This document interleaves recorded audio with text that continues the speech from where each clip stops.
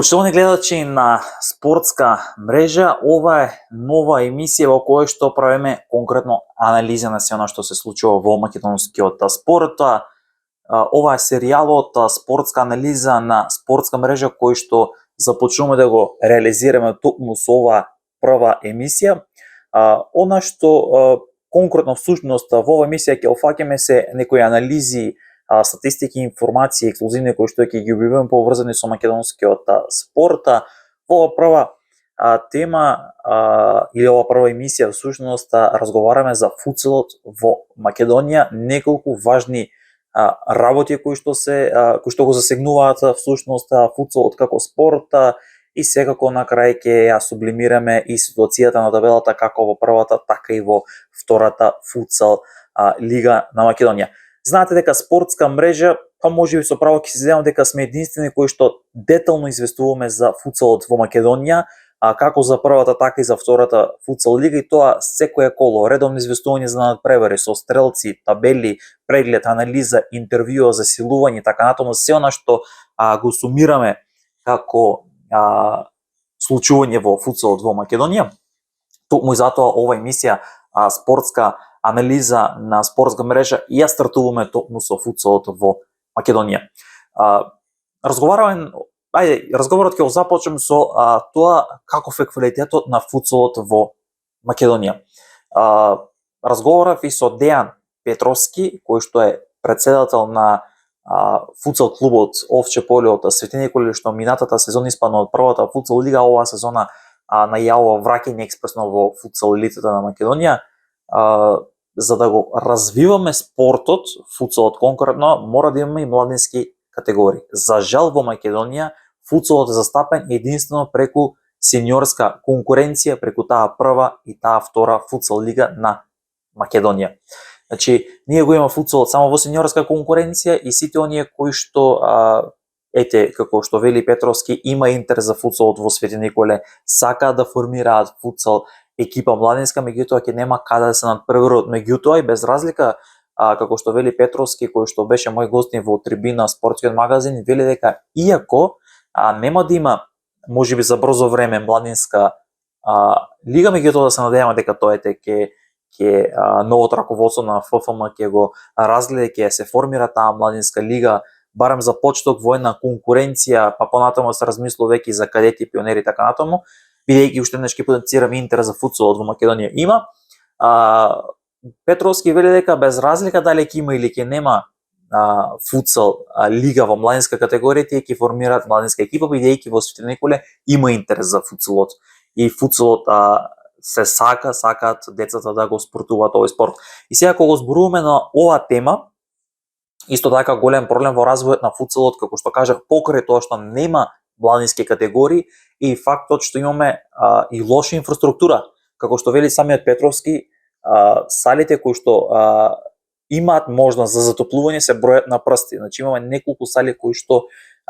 можат да бидат затоплени и кои што сали нормално ќе понудат подобри услови пред се за играчите, особено во тој зимски период, бидејќи имало моменти кога јас лично сум гостил тоа на дел од некој надпревари кај што сум бил, дали било тоа во првата или во втората футсал лига, внатре во самата сала било поладно одошто надвор. Така да тоа се доста сериозни проблеми кои што и текако влијаат врз квалитетот на односно врз развојот на самиот футсал и врз самите играчи од евентуални повреди така натаму. Друг момент кој што е доста важен покрај таа инфраструктура, покрај тоа што нема младински категории, е и можеби до некаде лошата поставеност во самата футсал лига, меѓутоа пред се голем проблем се и финансиите, бидејќи одвај кубурат екипите со финансии и уште поголем терет, па од друга страна може да биде тоа прашање кој што го разговаравме со претседателот на Овче поле Дејан Петровски, доколку се размисли и се воведе таа некоја си барем за почеток една младинска лига или категорија, колку тоа екипите ќе може да го издржат, бидејќи одвај кубурот со екипа во сениорска конкуренција, а пак како би било тоа доколку има уште една екипа која што би била во младинска категорија. Ова се прашања кои што и како треба да се решават ако сакаме на крајот од денот да имаме и уште подобри резултати генерално во првата и во втората футсал лига, да бидеме по конкурентни кога нашиот шампион излегува во Европа, меѓутоа да имаме и репрезентација која што ќе напредува. Овие се неколку по вака прашања кои што се и како важни. Кога ќе се навратам на инфраструктурата, не е само проблемот грејењето. Проблемот што дел од салите прокиснуваат, дел од салите некои не исполнуваат услови за да се надпреварува футсал екипа. Така да и тоа е како голем проблем. Дел од екипите имаат проблем и со термините, дел од екипите имаат проблеми со обезбедување на сала во нивниот град. Така да имавме случаи кога многу екипи наместо дома како домаќини ти играле кај гостинот како формални домаќини. Случајот од првото коло новата сезона во втората футсал лига, Конзули од Битола како домаќин играше против Овче поле во Свети Николе. Во случајот Овче поле беше формален гостин, а Конзули беше формален домаќин. Друг проблем кој што се јавува во квалитетот, во тоа дури имавме, ова морам да го спомнам, минатата сезона во пропозициите за надпреварување за втората футсал лига имаше еден дел каде што се вели дека имаше можност да се формира и трета футсал лига. Дури тогаш мислам дека ќе се случи тотален хаос и колапс. Со оглед на фактот дека ниту сега ова втора футсал лига нема некој квалитет, имаме неколку екипи, тука ќе ги издвојам како што е екипата на Балкан, Овче поле, Мал Ајакс, Кораби од Тебар и уште една од две екипи кои што вложуваат, се трудат, прават екипи, сакаат влез во првата лига и се одвојуваат по квалитетот од останатите екипи. Има многу екипи кои што во наводници ќе кажам си го користат тој џокер еден надпрв да не одиграат. И се случувало. И ова сезона имавме такви моменти. И минатата сезона имавме пред се во втората футсал лига. Кога доаѓа момент да некоја екипа од било кој причина не може да соберат играчи, нема финанси така натаму, да всушност еден надпревар не одигрува. И изминатиот период добив доста пораки на спортска мрежа околу тие воучери за втората футсал лига, околу тоа дека не им следува или не им биле доделени од не знам кои причини. Тоа значи ќе треба дополнително да го истражиме, анализираме зошто втората футсал лига не доби воучери. Меѓутоа неколку екипите се пасивни. Сите велат нема финанси, немаме воучери, меѓутоа барем за сега нема видено некој од екипите јавно да излезе со соопштение, да праша, да види зошто нема воучери кајни во таа втора футсал лига. Добив пораки од многу луѓе кои што дел од нив се во некои поврзани со некои екипи во футсалот. Секогаш го кажувам и тоа е јавно сега ќе го кажам, барамете дел од тие екипи нека излезат и нека дадат нивно мислење, нека кажат нивен јавен став. Јас сум отворен да направиме една емисија колку тие воучери се важни за екипите во втората футсал лига, колку им е потребен буџет за тие да можат да истерате на сезона и така натаму и со некои други предизвици кои што се случуваат. Разговарав, како што кажав, со пратсател Дејан Петровски во следниот период, сакам да реализираме некои други мисии, меѓутоа мора и самите екипи да потегнат и јавно да разговараат пред се за овие воучери како едно од по така важните прашања. Во ова емисија исто така ќе направиме анализа и на табелата и во првата и во втората футсал лига. Краток джингл и одеме да анализираме втората футсал лига, односно табелата во втората футсал лига, да видиме што практично имаме тука.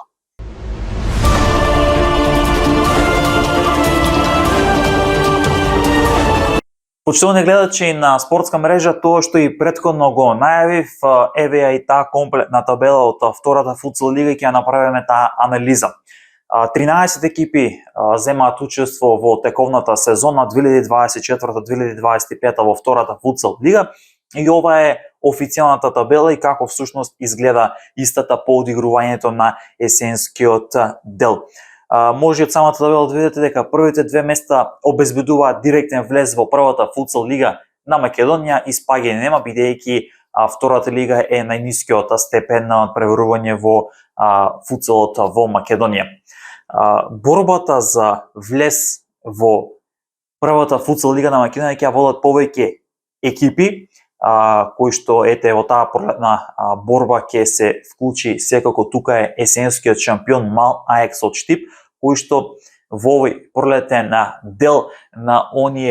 она што практично го одигра со оние 9 надпревари, има 8 победи, 1 пораз и 24 бодови на своето конто. На второто место е ланскиот прволигаш Овче поле, кој што исто така не е во амбиции за враќање во првата лига и претходно во први дел кажав дека разговаравме со Дејан Петровски, председателот на Овче поле, кој што зборевме дека таму интересот е многу голем. Она што практично тука можам да го спомнаме дека имаат на идеја за формирање на младинска екипа, без разлика дали ќе се формира младинска лига, интересот е голем, децата сакаат да го спортуваат овој спорт и тие ќе во следниот период веќе покрај тоа што ќе бара алтернатива како да изнајде термини во салата која што е презафатена и од другите останати спортови како кошарката и ракометот, кои што исто така имаат и машка и женска конкуренција и ги има и тие младински категории, а сепак желбата и она што е од моја страна за поздравување дека раководството на овој клуб и те како сериозно, долгорочно размислува, ќе има тука некои засилувања кои што се враќаат од други клубови, некои од повреди и така натаму. Она што треба да го спомнеме околу делот на екипата на Балкан, која што заврши на тоа трето место, има надпревар помалку, значи имаат избројност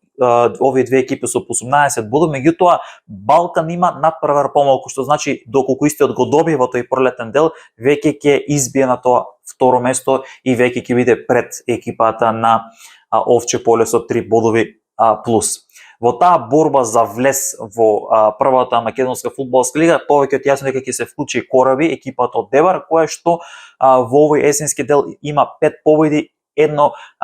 реми или еден нерешен надпревар и 3 порази за 16 бодови на своето конто. Ова е табелата, значи овој дел ни са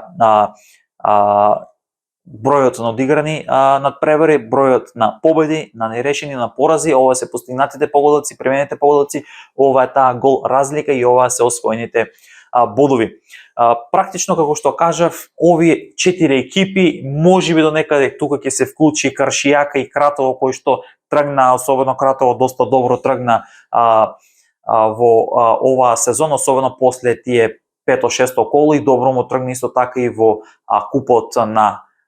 Македонија. Меѓутоа, ми се чини дека повеќе акцентот ќе биде ставен на екипите, првите 4 екипи кои што веќе по полека некако се издвојуваат во однос тука и Каршијака, како што кажав. Екипата на Се Универзи на 7-то место со 12 бодови, а толку бодови гледате тука на средината табелата има доста рамноправност, 12, 12, 12, 12, 4 екипи со по 12 бодови, тоа се екипите на Се Универзи, на Партизан Јук од Бравеница, тука е екипата на Енхалон. Потоа има некој пресек 9-9, значи тоа се екипите на ССК од Скопје и на Прилепска победа. Доаѓа Конзули од Битола, кој што спомнавме и во самата најава на првата екипа, кој што првиот надпревар наместо во Битола како домаќин го одигра во Свети Николе против екипата на Овче поле како формален домаќин, и Карадаку, ланскиот прволигаш, кој што е на дното од табелата со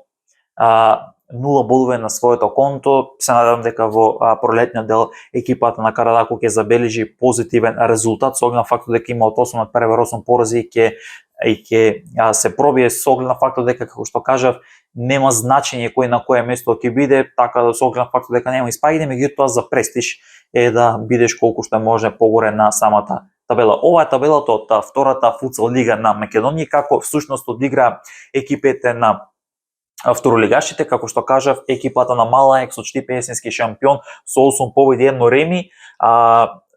Овие две екипи на Овче поле и на Балкан, односно на Овче поле и на Мал Аекс изминало, имаат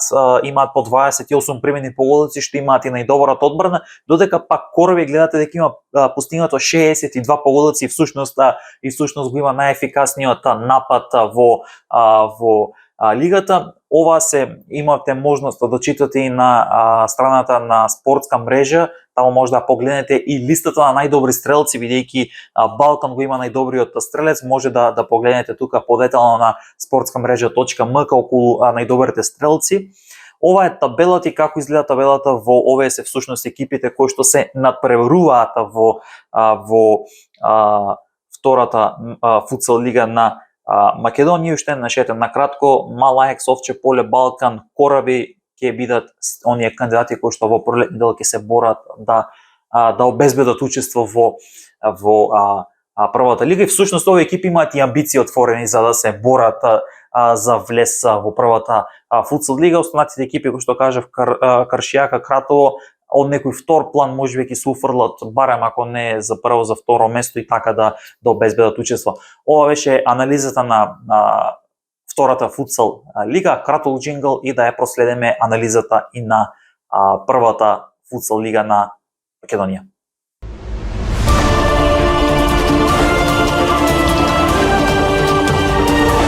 Ова беше анализата на табелата која што ја направивме во втората футсал лига, видовме како се екипите поставени. Ајде да видиме што всушност од табелата видовме, нели, изанализиравме и кажавме кои екипи ќе се борат за таа прва футсал лига. Веќе екипата на Балкан промовираше неколку засилувања и во следниот период ќе има уште засилувања таму. Меѓутоа сега додиме да ја анализираме и табелата во првата футсал лига, да видиме каква ќе биде борбата за титулата. Форца е бранителот, меѓутоа и што практично ќе имаме и во таа долна зона на опстанок, бидејќи последните две екипи знаете дека директно испаѓаат во втората футсал лига, а првите две екипи од втората футсал лига обезбедуваат директен пласман во првата футсал лига, и овде за среќа немаме такви баражи. Одеме да анализираме табелата во првата македонска футсал лига.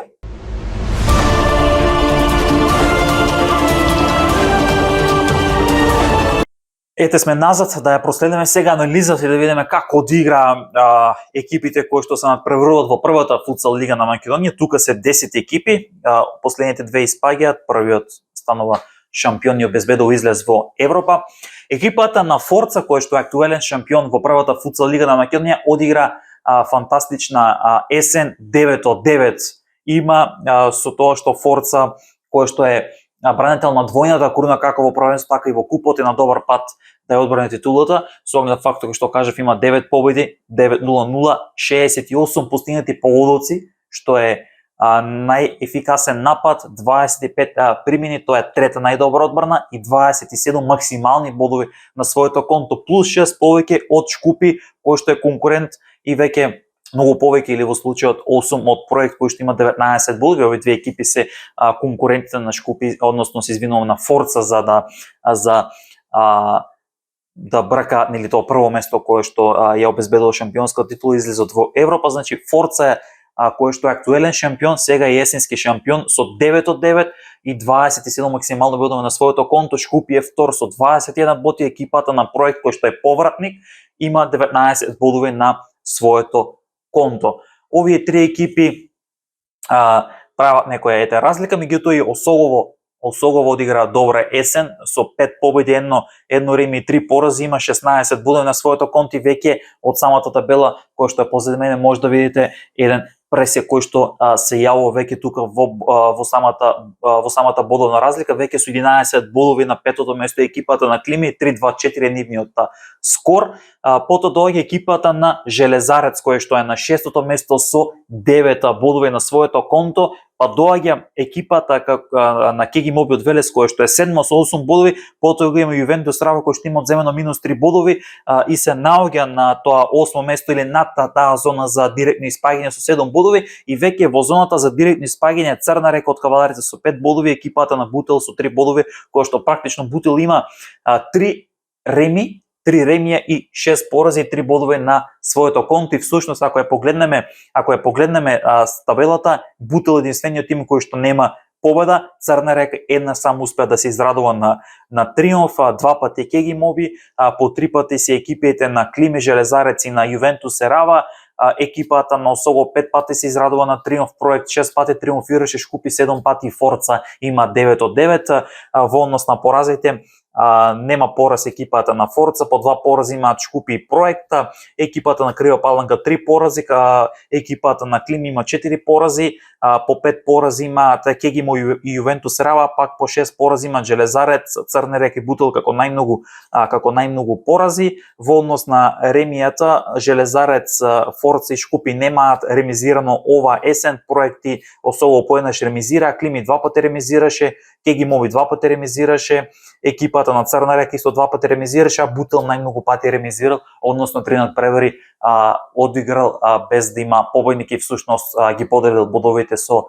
противникот. Во однос на, како што кажав, на гол разликата, 68 постигнати поголци има екипата на Форца, што е најмногу и го има најефикасниот напад, додека пак најдобра одбрана има екипата на Шкупје, која што примерала само 16 погодоци, а ваква слична одбрана има екипата на Пројект, која што примерала гол повеќе или вкупно 17. Уште еднаш гледате дека она плава линија или плава зона значи дека е резервирана за шампионите и обезбедува излез во Европа. Последните 2 места во случајот како што е сега Црна Река и Бутел се оние кои што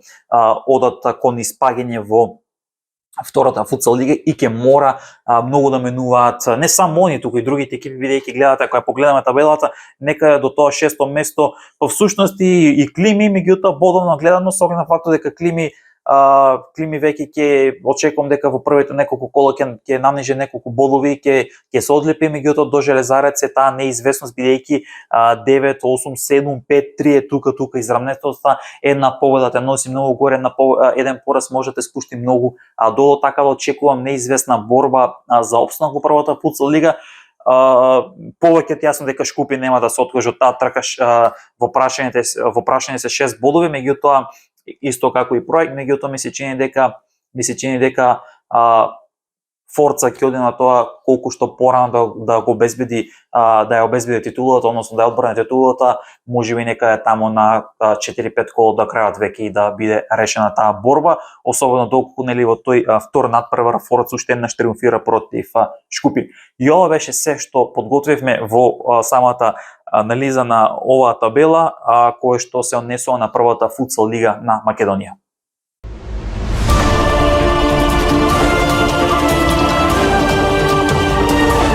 Ова беше и анализата на табелата во првата футсал лига и генерално сублимат на она што се случува. Отворив неколку прашања, кажавме дел од проблемите со кои што се случуваат екипите во футсалот, финансиите, најголем проблем за второлигашите, салите кои што се во лоша ситуација, некои се преоптеретени со термини, нема доволно термини за тренинг и така натаму, дел од салите прокиснуваат. Имавме таков одолжен надпревар во првата футсал лига, кога поради прокиснување на салата мораше се одолжи надпревар, тоа беше дербито Форца со екипата на Проект од во рамките на првата футсал лига. Друг проблем кој што исто така е многу важен, а кој што треба да се размислува е воведување барем на една младинска категорија на футсал, за да можеме да го развиваме од мали нозе и практично да се вадат добри играчи од мали нозе и да се потоа да навлегуваат во сениорскиот фудбал и така натаму. И за ова исто така дополнително ќе реализираме емисии на ова прашање и секако уште еднаш ќе потенцирам можеби треба веќе и самите екипи да излегуваат и јавно да зборуваат малку повеќе пред се околу тие воучери, што всушност тука има, како има и колку тие воучери се потребни и ете заедно да го истражиме тоа зошто второлигашите во футсал не добија воучери. Секако дека во следните денови ќе побараме одговори и од Министерството за спорт да видиме зошто овие екипи не добиваат воучери, барем според тоа како што велат дел од екипите кои што не контактираа нас дека не добиле воучери, дека тој како ќе им се одрази врз самата сезона и врз и понатаму нели во следните сезони. Кажав, ова го разговаравме со Дејан Петровски, кој што вели дека екипата Новче поле и како ќе им беше добродоен тој ваучер, бидејќи се покрива и како посериозни, поважни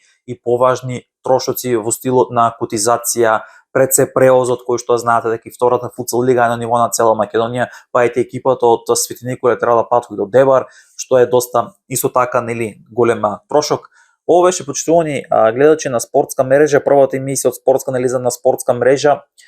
Видовме неколку, потенциравме всушност или ете така начнавме неколку теми, проблеми кои што во следниот период ќе ги разговараме подетално и во спортска мрежа подкаст, ќе повикаме некој гостин да поразговараме околу футсалот и околу сите случувања. Се надевам дека во следните денови и ќе имаме конкретен одговор зошто не им следува, ваучер на второлигашите и колку ете тоа и дали во иднина ќе добиваат ваучери. ова е се што подготвивме. На сите ви се заблагодарувам за изминатата година која што практично ни дававте подршка, го читавте нашиот сајт Спортска мрежа, споделувавте, коментиравте, дававте ваше мислење, исто така не поддржувавте и на YouTube, станавте наши членови, се претплативте. Исто така ќе имате можност, кој е во можност секако нека споделува, нека коментира, нека дава свој став, свое мислење, може да бидете наши поддржувачи, да донирате на нашиот YouTube канал со цел и понатамо да можеме да го развиваме истиот и секако дека може да станете членови, односно мембарси на нашиот YouTube канал, каде што може да се зачлените со месечна претплата. Почитувани гледачи на Спортска мрежа, претплатете се на нашиот YouTube канал со цел и понатаму да ги следите најновите случувања од македонскиот спорт.